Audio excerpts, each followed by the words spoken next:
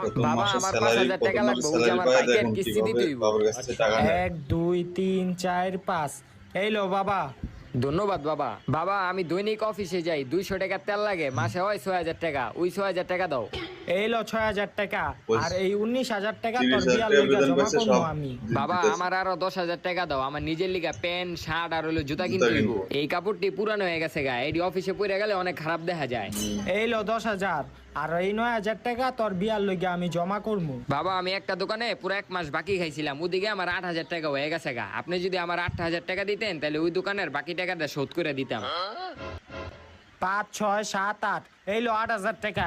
আর 1,000 টাকা বাচ্চা আছে। এখন তোর বিয়া কোনো একটা হিজলার লগেই করাই দিতে হইব আমার।